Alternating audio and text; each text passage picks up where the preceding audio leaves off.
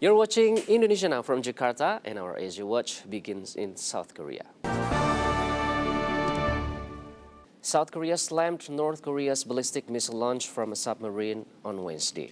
South Korea, through its foreign ministry, strongly denounced Pyongyang for ignoring repeated warnings from the international community and continuously violating UN Security Council resolutions.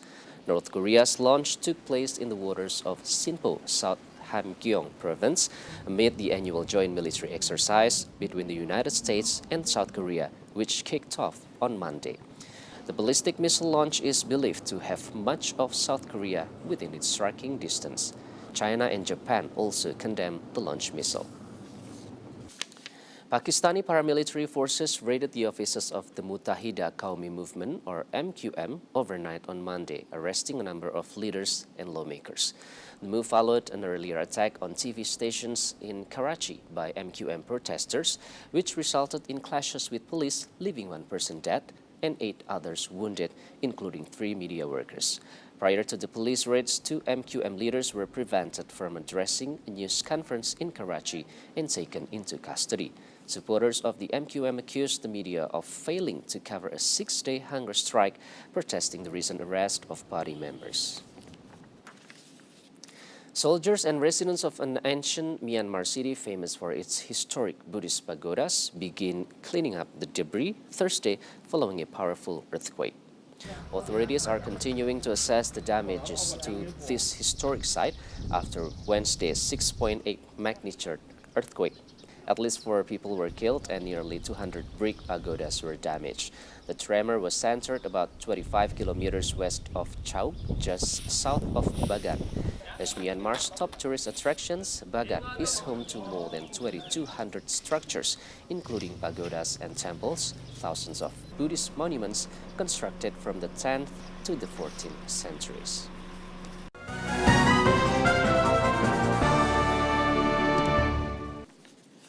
The U.S. presidential election is getting closer and has gained much attention around the globe. I talked to the charge d'affaires of the U.S. Embassy and consulates in Indonesia, Brian McPheeters, to find out how the upcoming election will affect strategic policies for both countries. Well, of course, we don't know what the results of the election will be. That's up to the voters. But as far as U.S.-Indonesia is concerned, and as far as general foreign policy, there's a lot of continuity. In terms of Indonesia, which is my specialty, we have a strategic partnership concentrating on a number of areas, economics, defense, education, and we would expect those to continue based on the agreement that President Jokowi and President Obama signed last year. Okay. We still remember that President Jokowi visited the United States last year, the February 15 to 16. Do you see the concrete cooperation between United States and Indonesia, especially in terms of economic cooperation for small and medium enterprises, entrepreneurship, and also the development of the digital economy? Right. We have a strong existing economic partnership. Primarily, it's based on the existing U.S. companies that are here. We have about a total of $65 billion in U.S. existing investment here, mainly in the mining and extractive sectors. And that accounts for about 100,000 jobs, so they're a major contributor.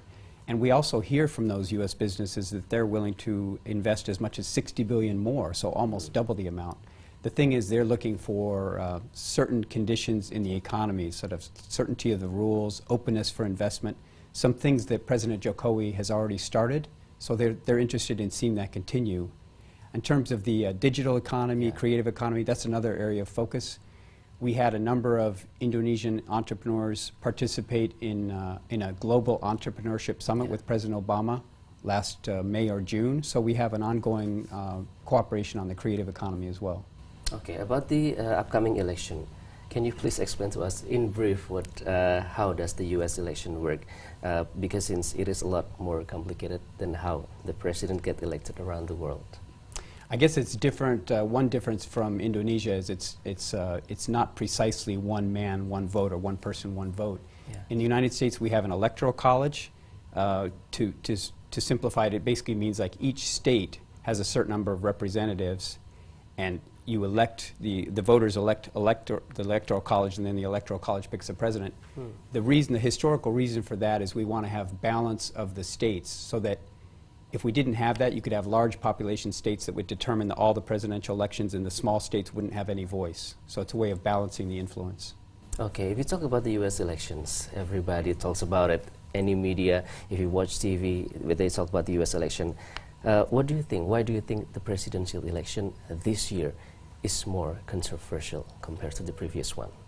Right. I think we're all reading the same news and seeing those stories. There is a lot of anxiety in the United States. There were the big economic crisis in 2008, and some people feel that they've never recovered from that. So there's anxiety about that. There's a lot of anxiety about globalization and what does it mean for different people.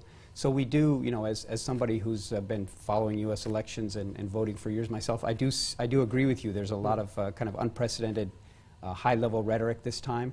At the same time, we will see the same kind of orderly presidential election that we've always seen, and there will be a clear transfer of power to the new president. So the system will continue to function. And how about the two candidates? Is it one of the factors it is being talked about around the world? I mean, that's not really my area of specialty. I guess I'm reading the same news that everybody else is. But in terms of us in Indonesia, we see continuity in the strategic partnership, the areas that we work on: education, people-to-people ties, defense cooperation, global challenges. Those are all areas that have large bipartisan support of both the Democratic and Republican Party, so we don't expect a lot of change there in terms of what we do here. Okay, of all the fields that you've been mentioning, is there any, some of the fields that become the priority for the relationship between the United States and Indonesia? I think the priorities are the areas that our presidents set out when they met. You're right, they met in February of this year, but they also met in October last year bilaterally. And at that time, they agreed to upgrade our cooperation from to a strategic partnership, so raising the level of the partnership. And they set out 5 areas that we continue to work on. That is people to people, including education. We're trying to get more Indonesian students to go to the U.S. and have more American students come to Indonesia.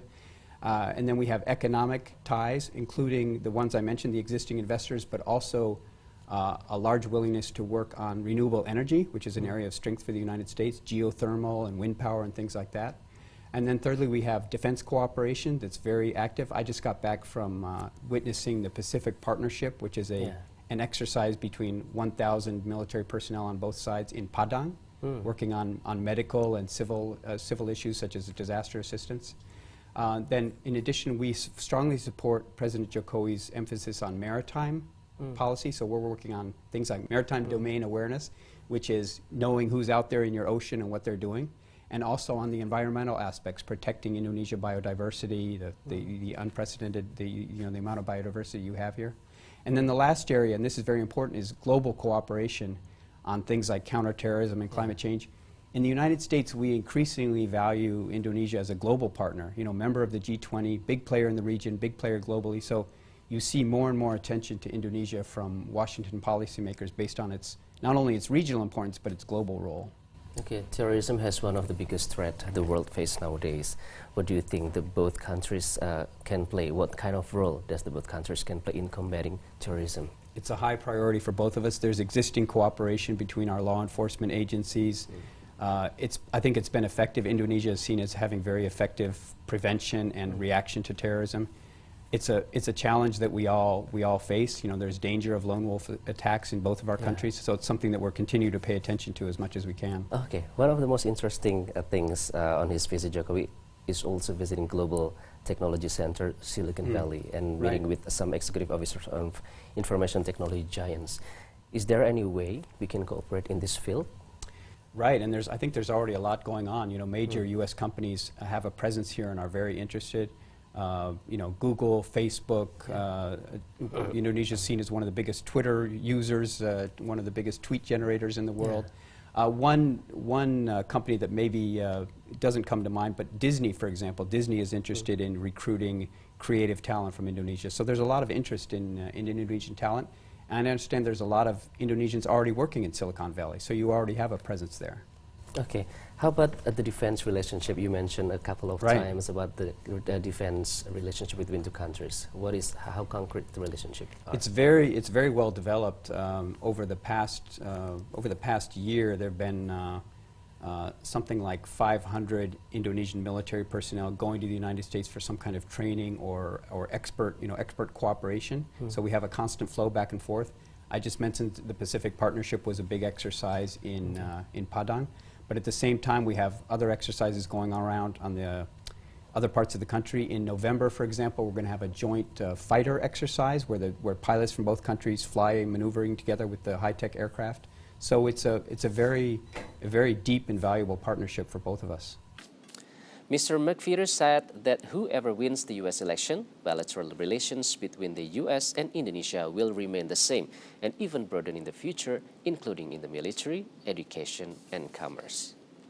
More of Indonesia now shortly. We will take you to an animation school started by the man behind Iron Man and Transformers, and a trip to a mini Niagara Falls in West Java.